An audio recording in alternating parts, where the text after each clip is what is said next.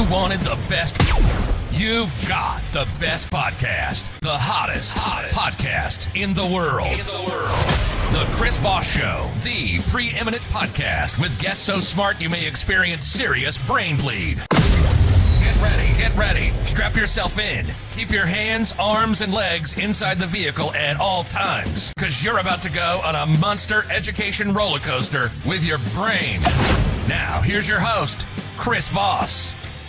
Hi, folks. Chris Voss here from the ChrisVossShow.com, the ChrisVossShow.com. Hey, we're coming here with another great podcast. We certainly appreciate you guys tuning in. Thanks for being here. We've got an amazing author on the show. He is the author of the book that just came out February 15th, The Quiet Before, on the unexpected origins of radical ideas. His name is Gall Beckerman. He's going to be talking to us about his new amazing book that you definitely want to order up off the interwebs, wherever fine books are sold. In the meantime, see our video version of him on youtube.com/Chris Voss. Here's video version of him.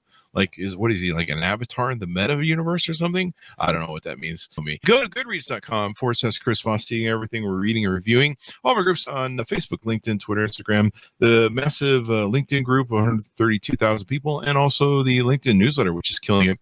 We just signed this morning for a booking John Avlon, editor-in-chief of the Daily Beast and CNN, who will be on a show for his book on Lincoln later this month, and also Dwight Chapman, I believe I'm pronouncing that correctly, the President's Man. He was actually one of Nixon's trusted aides. So I'm really excited to see this. So make sure you guys subscribe to the show and watch for that to come up.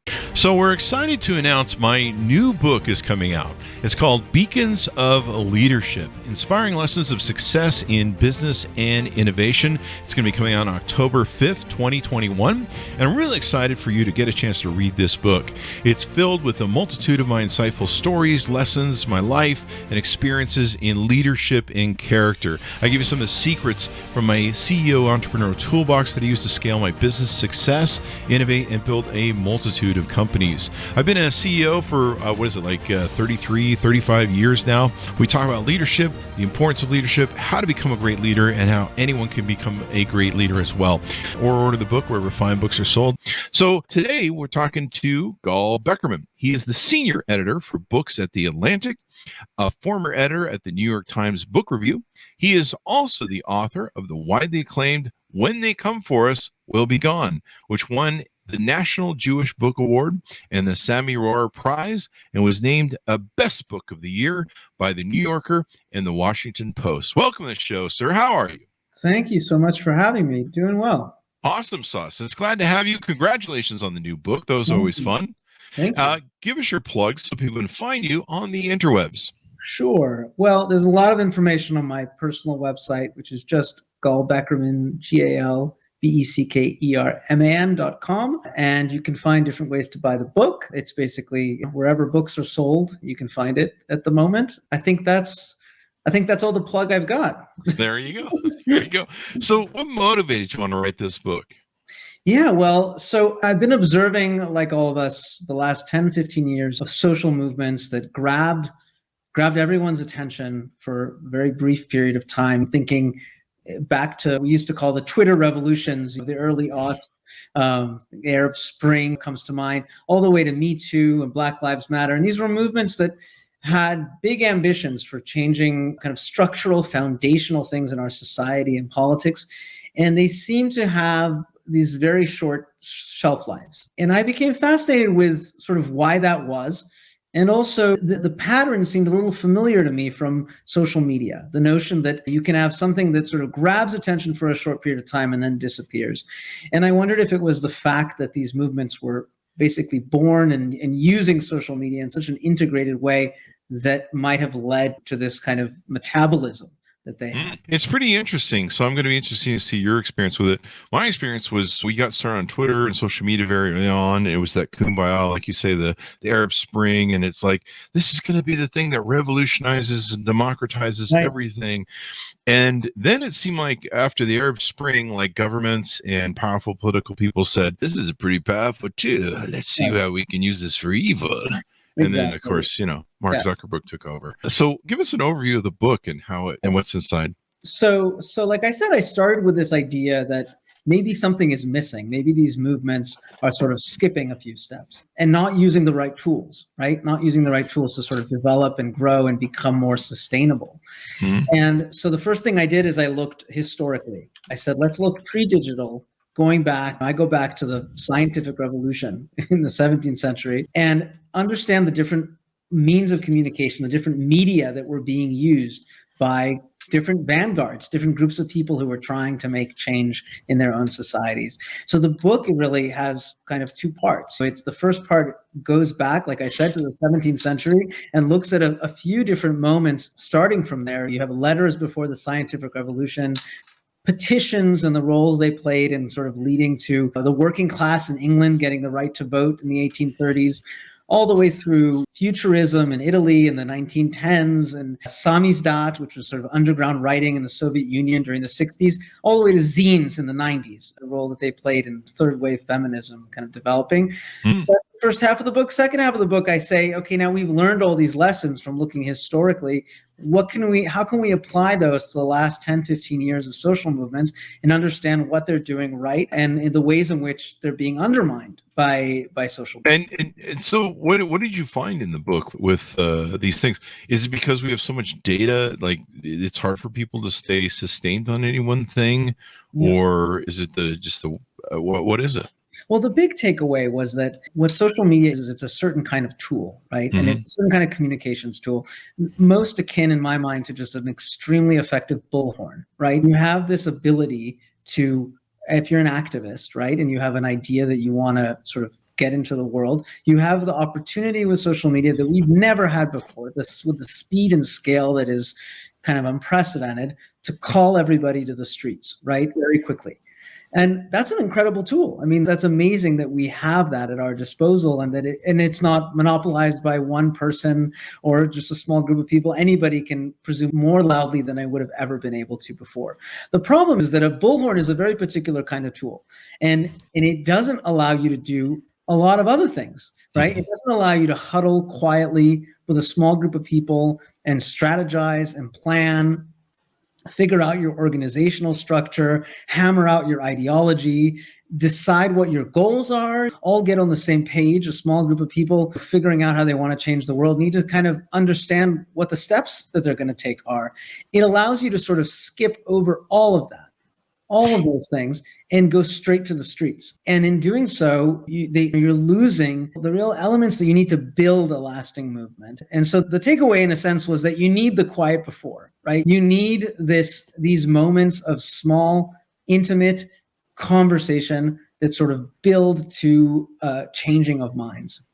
That makes complete sense to me now. I never really saw it from that angle until you nailed it. And of course, the title of your book, The Quiet Before, it almost seems like, and correct me if I'm wrong, it almost seems like they're doing it in reverse. Like it suddenly goes viral and then everyone's like, let's turn this into a movement. We should organize this thing because one little tweet went viral. Absolutely. And then the problem is that you begin to think that tool, that bullhorn, is the only thing you need because it's so useful for that one purpose, right? You're like, oh, this must be the thing. This must be the thing I keep using. But we also know about that bullhorn that it's impossible in terms of building the consensus or getting people aligned, or it actually undermines all of that. So you're able to make the big, explosive, attention-grabbing thing happen, and then you don't know how to follow up on that. You don't know how to kind of keep it moving. And so they need to be in an incubation, as you write in the book, of necessary process of certain conditions. And you talk about Black Lives Matter. There's a whole load of social fixes that were going on, especially in the last 2 or 3 years. Or some of the things that contributed to them not doing as well or having the staying power that you would have thought they would have had. Well, it was a really interesting movement for me to look at because they benefited in enormous ways from that kind of visibility and attention that was the kind of social media phenomena, right? And it was just this hashtag that went viral and at one level, by one metric, extremely effective because they managed to really change a conversation in America, force people to have a conversation they didn't want to have, or they might not have wanted to have, about the persistence of racism.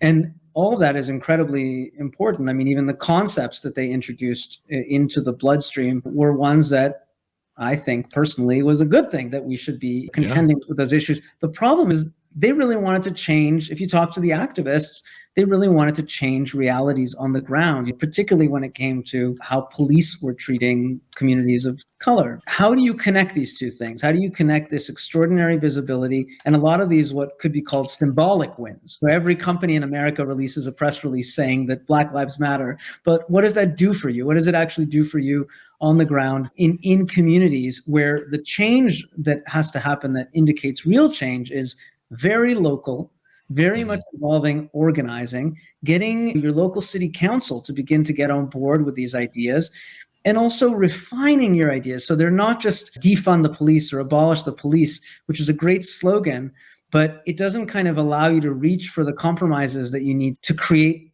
the real sort of reform movements within localities that will actually shift maybe money away in the budget from the police towards social services, let's say. That's a very real idea, but actually getting that to happen is a different sort of work and demands different tools than just drawing attention. Yeah, and so just keep shouting into the bullhorn, Black Lives Matter. You've really got to start meeting with, I guess, police boards or police unions or whoever oversees them, the city, state, county, meeting with them and getting that done. And I guess they never really got too deep into that. Well, it depends. I focused on this group in Minneapolis that had a really interesting experience because they sort of had learned from the earlier waves of the Black Lives Matter movement. If you remember, like 2015, 16, under it Obama, first kind of exploded and then it kind of disappeared. Yeah. And then it reemerged in 2020. For all of us kind of watching from home, that's how we experienced it. But for these activists, they felt really burned by that first moment. They felt that everyone paid attention and then like left. So a lot of the kind of the smartest, most engaged organizers that I talked to were trying to do things differently. And in Minneapolis, for example, there were groups that really managed to. If you remember, in that summer of 2020, Minneapolis was the one place where the city council actually said they were going to get rid of the police. It was a big headline. It was probably the biggest headline that emerged kind of in terms of real concrete change from all those protests.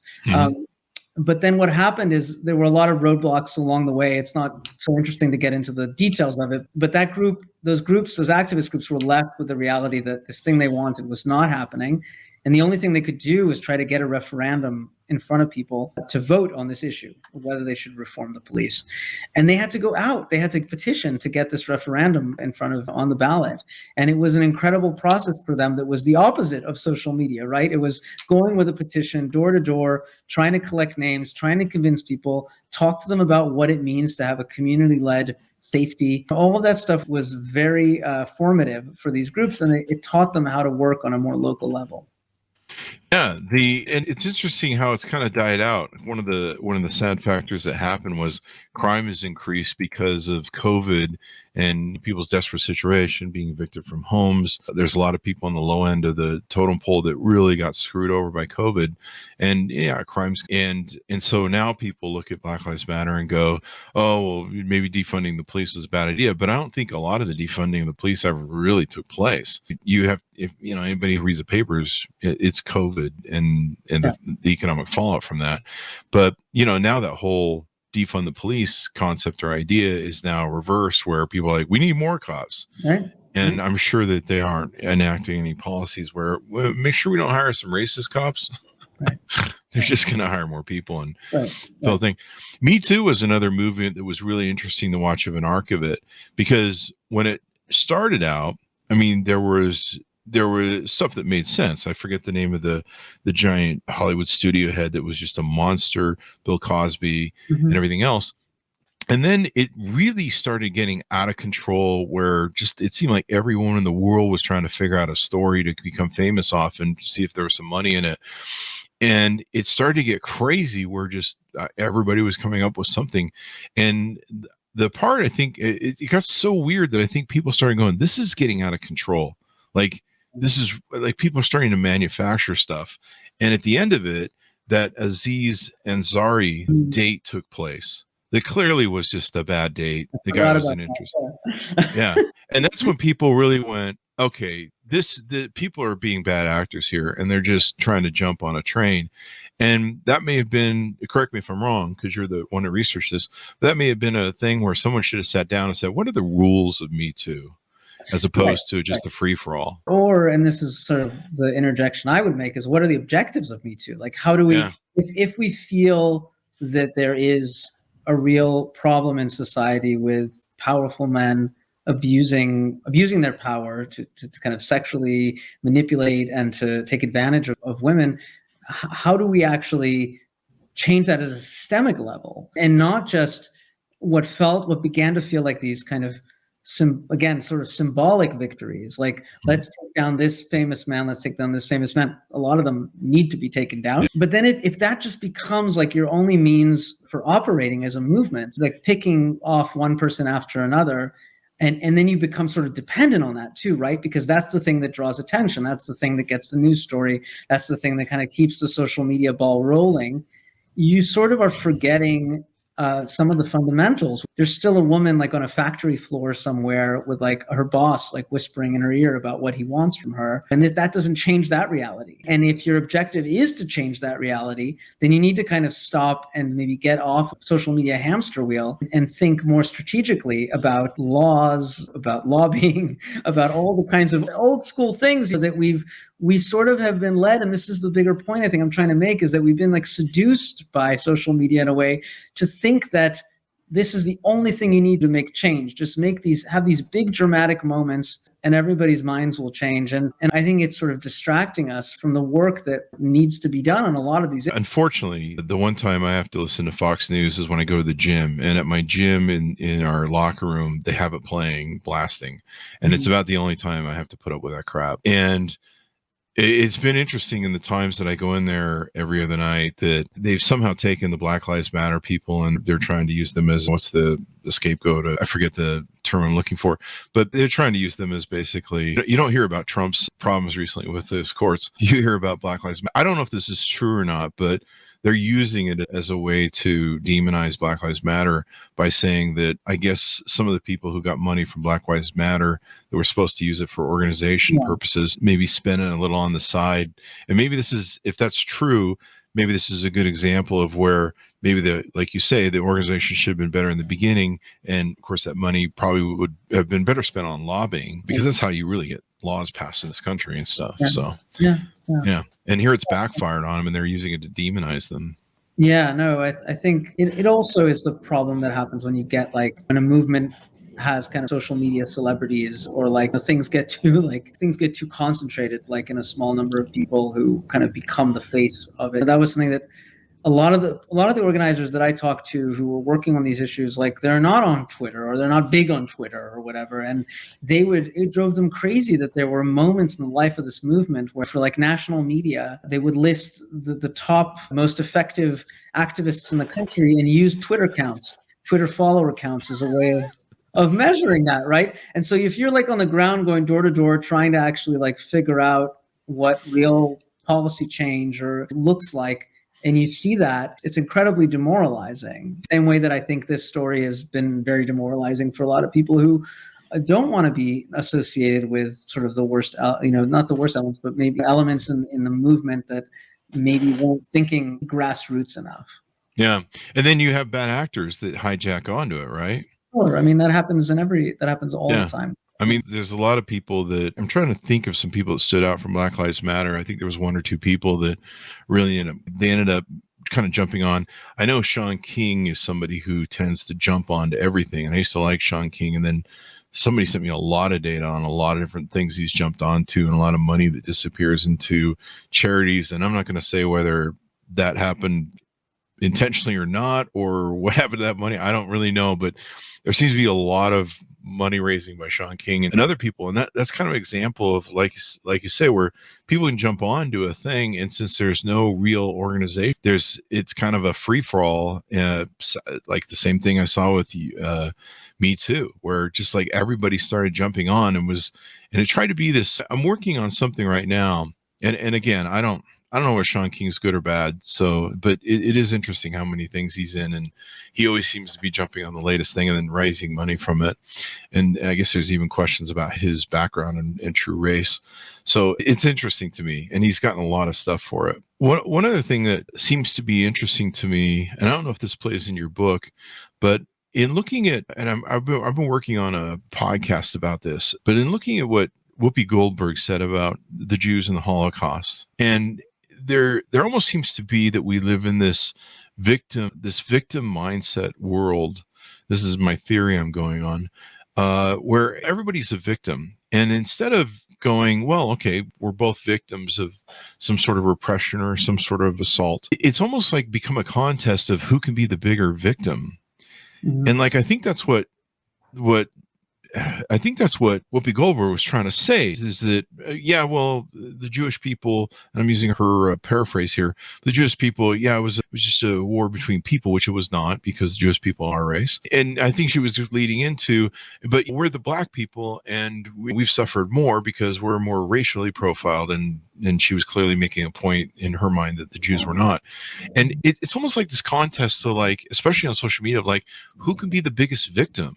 And I saw that with Me too, where it was like everybody was coming out trying to come up with the best spin on a story. I had friends that weren't that didn't do Me Too. In fact, some of them were hit jobs because people just figured out a way to make money off of it and figured out it was a way to maybe get famous. So I don't know. What do you think about my theory there?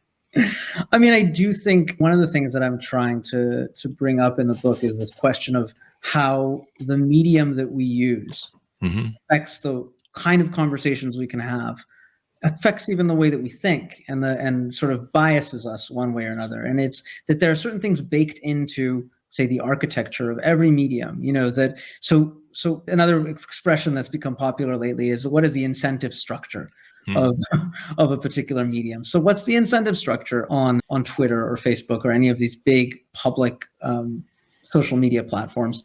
It's to increase the number of people who are liking what you say, giving you thumbs up, favoring you, upvoting you. It's a very performative sort of space where you're trying to draw attention to yourself. And sometimes that means, not sometimes, it often operating in a kind of a zero-sum game, that like there's no room for a lot of nuance and a lot of sort of, both these things could be true. You could have two people who have been victimized by his enormous ways. And I didn't even occur to me to think about how the Whoopi Goldberg phenomenon is like part of the social media thing, but it does go to the bigger point of when you start to operate, when our public space, our public sphere becomes one that exists on those platforms, which kind of is, it really molds and shapes the kind of conversations we can have. And it limits in a big way sort of the range of complexity that can exist. And to me, that's really the unfortunate thing, is that the ways that we've sort of contorted ourselves to it. And there's a long history of sort of media theory, starting with Marshall McLuhan in the 1960s, who talked about the medium is the message, that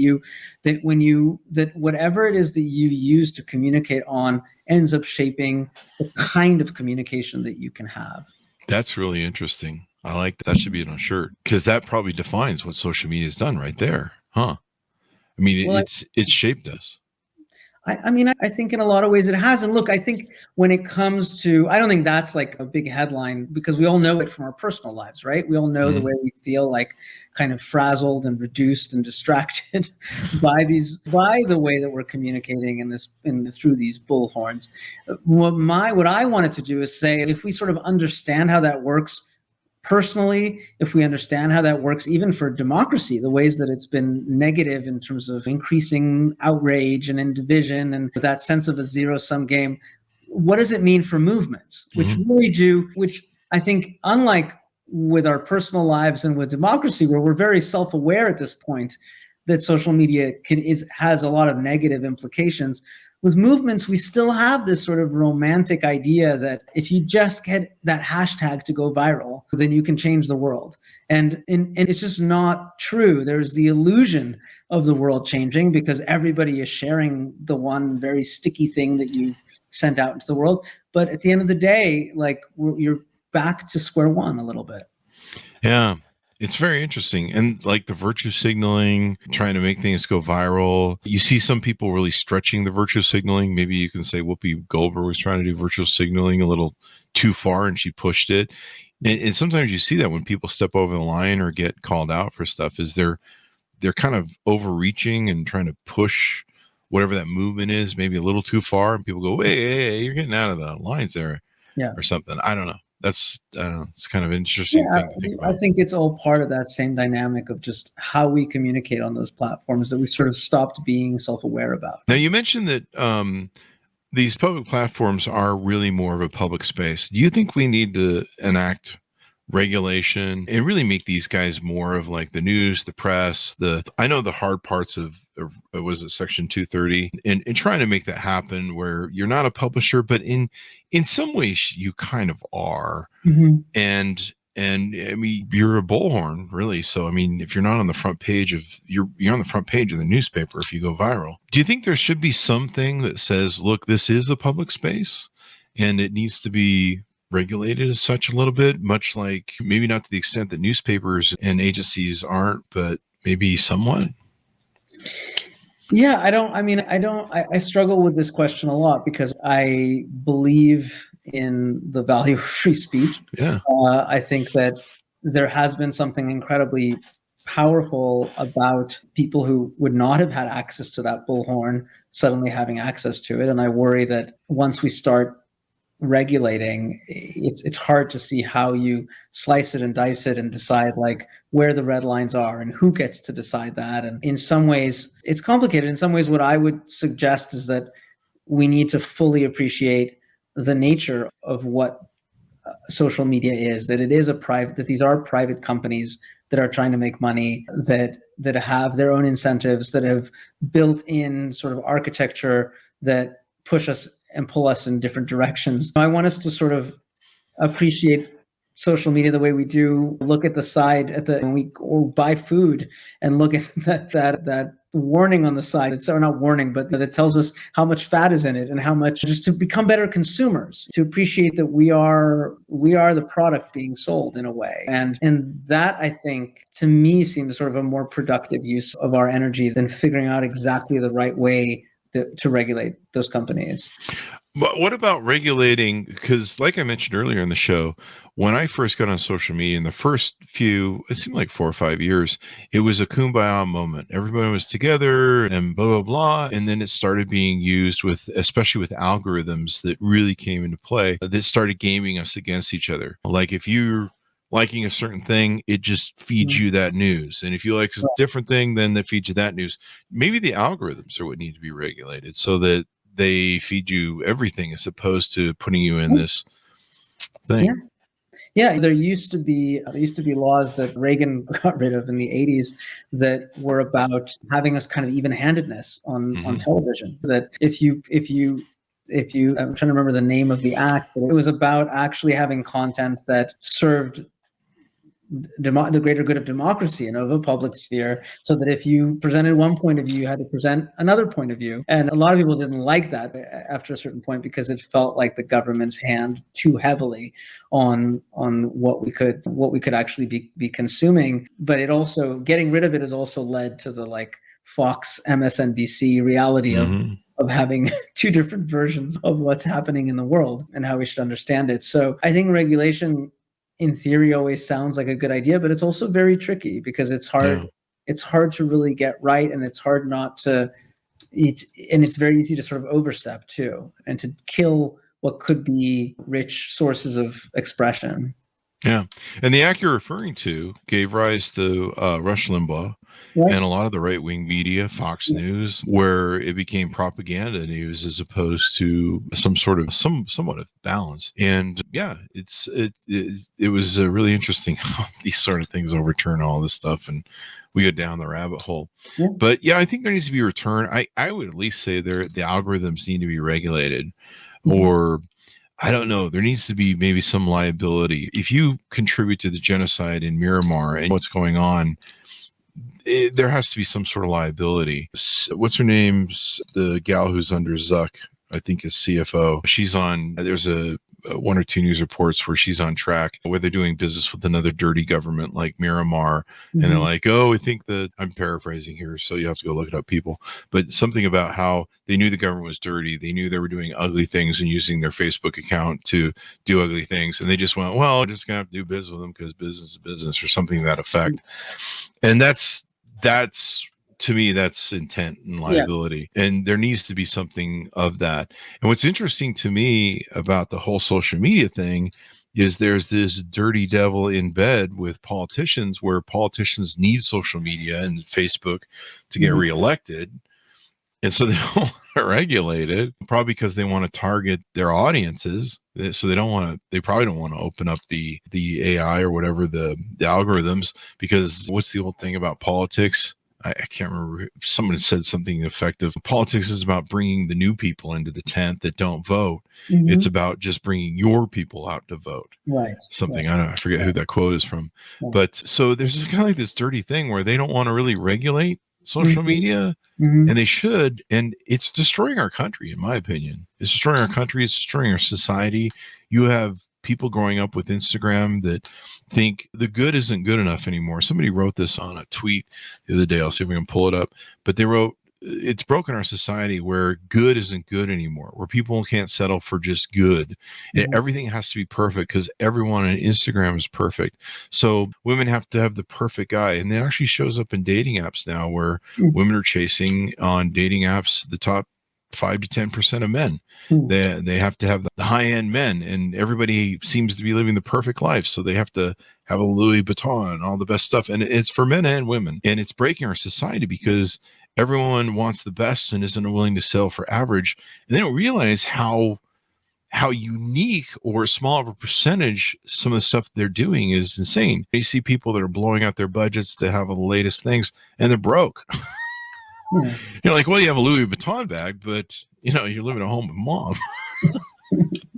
So it's really interesting to me. It was Stephen Barr. Instagram's ruined a whole generation. Expectations of relationships, work, and everything in between. It has made perfect look normal. So now good has become disposable.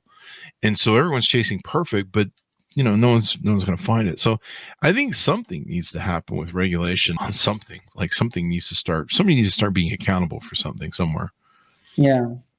And I think in addition to that, I think people are starting to kind of become self-aware about what it's doing to them. I mean, I have 2 young kids, and I know that the conversations that I have with other parents are very much about sort of how do we put up our hands and yell stop to like an assault on their minds. That I want children who are able to focus and pay attention.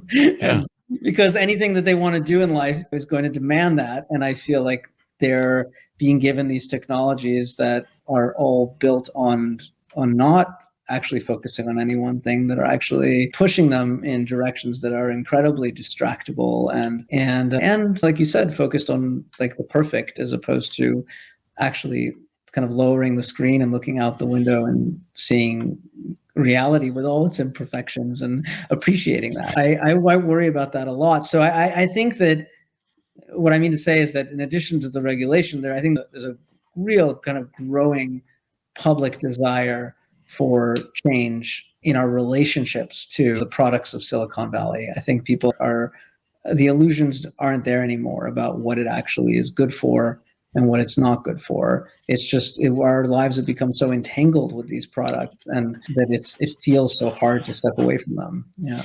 And I think one of the problems with not regulating Facebook in some way, fashion, or form, or making at least penalties, either financial or criminal, making penalties or some sort of responsibility. If you're running a Facebook group, and I used to go into the Trump Facebook groups every now and then, the deplorables, they would call the groups.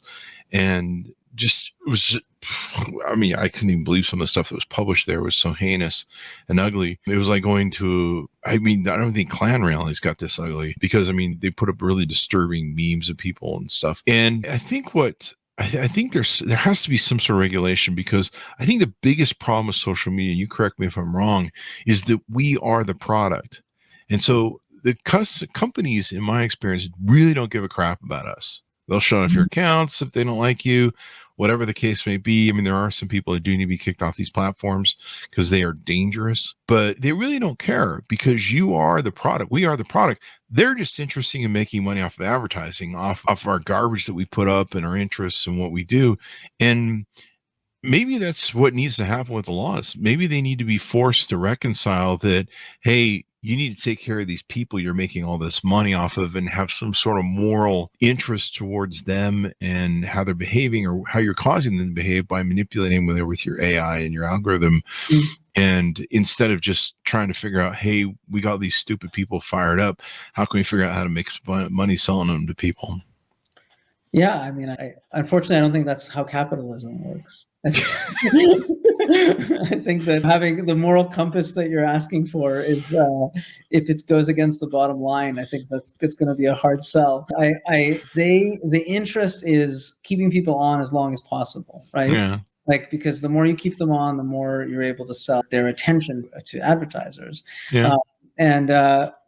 That's the bottom line. Like, that's how you make money in that business. Just like if you had a business, any other kind of business that, had as its motivation to get people to eat as much of your product or to buy as much of your product, like that's what they're going to do. And that's a good point. Yeah. They can talk a fancy game about how they do have a set of values. And if you listen to Zuckerberg, he'll tell you that his product is about connecting people, but it has a wonderful side effect for him, which is the more you connect people, the more money you can make off of those connections. And so I think it's going to come from people's changed relationship with those platforms. I think we need to understand them for what they are. I think that's starting to happen in a big way. I really do. And again, I don't want to say that and I was saying this earlier, like, I don't want to say that they're bad they're like fundamentally, essentially bad. I just think that we need to put them in their box. It's one kind of tool. It's one kind of way of interacting with each other. Yeah.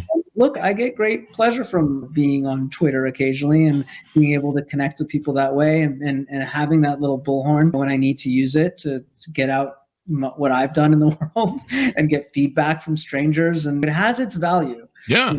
I think that I wouldn't want to go to the extreme of saying that like it's all evil, because it's one thing. And to me, the great tragedy is that we've spent the last 15 years sort of convincing ourselves that it is the revolutionary medium, that it is the thing that matters more than anything else. And once we kind of take a step away from that, I think we'll recognize that actually there are other ways to communicate, even online. Like I am not, my book, and just personally, I'm not a cyber pessimist. I don't think that we should just shut off the internet, partly because it's not possible anymore, but it's so embedded in our lives, but also because I truly believe that there are it can be used towards good. It's just really not being blind about what it is that you're actually, the way that it's manipulating you and the way that you think. So it sounds like what you're saying is we need to have more self-responsibility, self-actualization. We need to take responsibility for our lives and the data we're taking in and the motivations behind it. Yeah, I mean, I think that's true in this realm and many others. Definitely. I was reading Robert Greene's book, and I forget which one this comes from. And I've actually done it most of my life because I grew up with all sorts of different things coming at me, growing up in a cult and religion being a part of that, and me questioning everything from a very early age. And so I've always looked at stuff that I have to be the center of doing a litmus test on everything that comes at me. And I have to go, okay, is this true? Where I have to define, and more lately, I think his book kind of really honed me into this concept of finding objective truth over subjective truth. Right. And where's the truth? And I've always searched for that all my life without really identifying what it is. Where's the truth? Is it this religion? Is that religion? Is it not religion? I'm an atheist. Is this, if I read something in the Washington Post, is that true? Where does that come from? What is the sourcing? What is the motivation behind the writing of it? And I wish more people on Fox News would understand manipulation and the snake oilness, and even like vocabulary. I look at vocabulary. Like when I sit and come across Fox News in the gym, I hear the vocabulary. I hear the nuances of the spin and the manipulation they put on stuff. And sometimes you'll see people interviewed and it'll go right by them. But you're like, that doesn't go past the mind of the guy who's watching this. And sometimes he's adopting tropes or memes or something like that, and they're just tagging them, and they're just doing them. And so you can see the whole grandmaster thing. But it sounds like what you're saying is more people need to do that. They need to start searching out what objective truth is. They need to start looking at some of these, especially, I mean, social media is like, I think 50%, 90% memes or something. I don't know. Yeah. And tropes. And a lot of them, people need to look at them and go, what is this trying to effect is this trying to have on me? A lot of parents, and I think one of my friends who's a parent put it best. He has 3 daughters, and he goes, I have to sit down with my daughters almost daily and go through, okay, here's what you're doing on Instagram. Here's where this is bad. Here's where reality is. Here's how this isn't reality. And he tells me it's a constant battle. Oh, yeah. Yeah. I've got 2 kids, 2 girls who are 9 and 12, like prime age for being addicted to this stuff. And I'm constantly having those same conversations. Like, what do you think is going on here? Like, why do you think that they're trying to push these particular videos on you? It's a kind of, we used to talk about, I think should still talk about this, like a media literacy, like being able to actually understand, or a kind of a consumer, being smart as a consumer, that understanding like how what's being presented to us is being, where it's coming from, understanding its biases, understanding its sources, and now considering that social media is sort of the main intake we have to apply that same mentality, I think, really breaking it down and sort of understanding it in a self-conscious way. And I think we need to not be afraid to correct each other in a constructive way. For a little, like the other day, I was on a gaming stream of all things, and somebody brought up a trope of that there were more Irish white slaves than there were black slaves, and somebody said that on the feed, and I went, "Whoa, stop everything! Whoa, that's I have enough historians on to study history. That's not possible." But I looked at it and went, "Let's Google that and let's find out if that's true or not." So we did some Googling and looked around, and from the top of your head, you should know that that's not true. And there's a clear reason that racist trope is there. It's something that's being used to manipulate and spread disinformation and trying to say, well, we're bigger victims of whatever, and which is white fragility, that sort of thing. Yeah. And so I was able to correct it, and we talked about it. And I said, you guys need to realize, what is objective truth? Why was that put there? What was the motivation of that racist trope? What was the thing? And hopefully we had a good discussion about it with the group. And I think people kind of went, wow, I should maybe pay attention to what comes out of my mouth that I learned on social media. Yeah. So there you go. Yeah.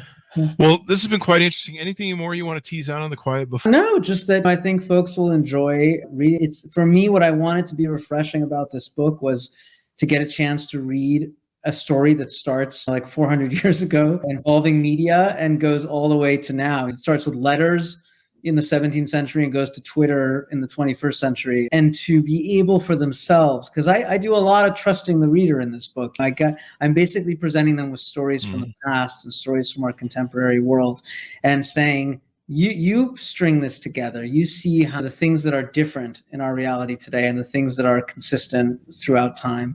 And that was the interesting, for me, project of this book. And I think readers probably will find that enjoyable too, hopefully. Do you think people are more educated in the past? They knew civics? They were just more well-read? I mean, it's a very hard question to answer. There was a much more limited number of people who had any kind of real education as we would think about it. So at one level, definitely not. But I think there probably was a period of time in this country not that long ago, or at least civics was more sort of inculcated in schools. And I mean, it's a tricky one. Yeah, I've never been able to really look this up or substantiate it, but someone had told me from the 70s that most people in the 70s during Nixon's time, they knew their senators. They knew the names of their senators. They knew civics and politics. Sure. And now I don't think you could hold a gun to most people's head and they couldn't name their senator. Well, I think, something about what you're saying is very true, which is like the way that our politics have become like nationalized. And so anybody could tell you what the latest battle is between Fox News, war on Marjorie Christmas, Taylor Greene. or some crazy bombastic congressman from across the country, but they won't be able to tell you about who's running the sewage system in our city, making sure the water is clean, or our school boards, and that I think is unfortunate, and it goes very much to what I'm trying to say with this book, which is you need to sort of open your eyes and see what's around you, and that kind of nationalizing of politics, I think, is pretty detrimental and leads to a lot of division. And maybe it pushes back from people from being more interested in politics and doing stuff in the local level. Yeah. They just give up. They're just like, there's so much noise here. Fuck this. Yeah. Well, that's it. Yeah. Which explains why half this country doesn't vote. It's been wonderful to have you on the show, Gal. We certainly appreciate it. Thank you very much for coming on. Thank you. Had a good time. There you go. Great discussion. Could we get your plugs so people can find you on the interwebs, please? Of course. So my website is galbeckerman.com, GALBECKERMAN. And you can find links there to purchase the book from a bunch of different places. There you go. The Quiet Before on the Unexpected Origins of Radical Ideas, out February 15th, 2022. Check that out. Order it up. Go over where fine bookstores are sold. But remember, don't go into those alleyway bookstores. You never know what's going to happen. You might get shivved in there. Anyway, guys, thanks for tuning in. Go to youtube.com/Chris Voss. Hit the bell notification. Refer the show to your family, your friends, relatives, dogs, cats, all those people. Get them. Leave it on so the cockroaches can listen when you're gone at work during the day. Those of you in New York, and the bed bugs in New York, I guess. I don't know. Why am I picking on New York all of a sudden? That's a horrible way to end the show. I just lost the New York crowd. Anyway, guys, thanks for tuning in. Be good to each other. Stay safe, and we'll see you guys next time.